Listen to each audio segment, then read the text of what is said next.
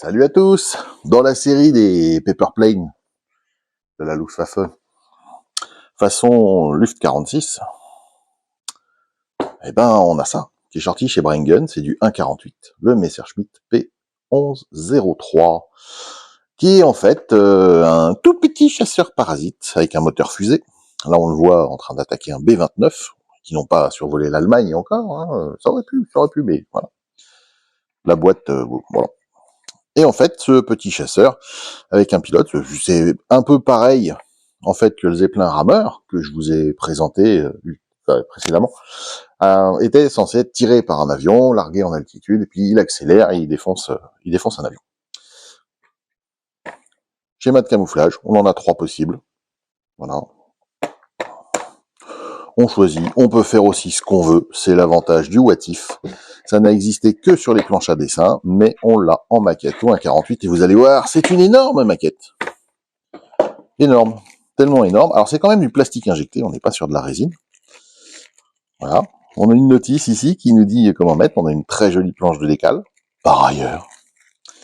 Et oui, on va ouvrir. Oui, on va ouvrir. Histoire de mieux voir. L'avantage, c'est que c'est rapide, mais c'est bien emballé. On fait ça bien chez Bringen. Hop là. Donc, on a un canopy très transparent. Épais, mais transparent. Nous avons des pièces avec une gravure en creux assez fine. Voilà.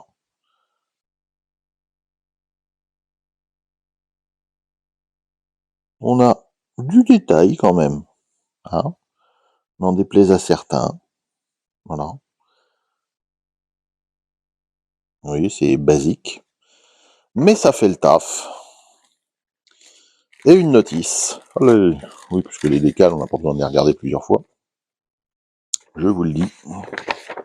Alors, une notice qui est très très grande, qui donne la liste des pièces, les couleurs, etc.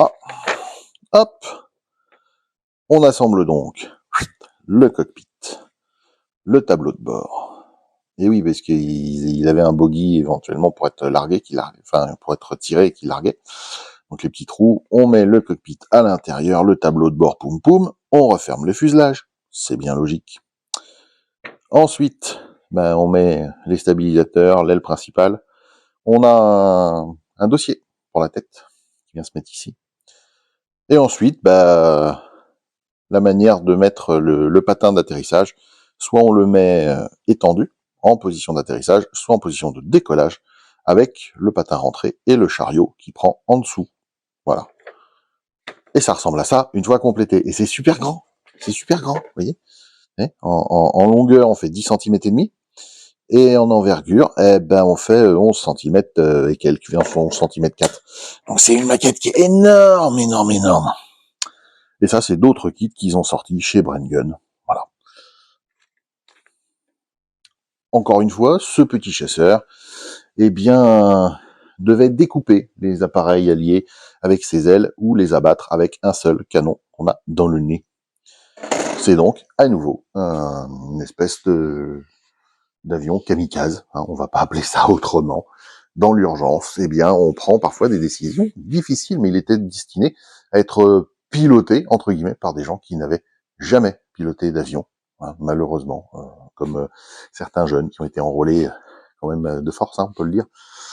Certains par idéologie, d'autres de force, et qui se retrouvaient dans des avions là-dedans, comme le Heinkel 162, qui lui a vraiment volé, que je pourrais vous présenter aussi en maquette, n'importe comment. Mais voilà, donc écoutez, merci à vous chers abonnés de continuer à me suivre sur des micro-reviews, mais sur des maquettes très très très très particulières. Je vous dis à bientôt pour un autre Paper Plane. Merci aux visiteurs également, n'hésitez pas à vous abonner si vous voulez continuer à en regarder. Ciao ciao.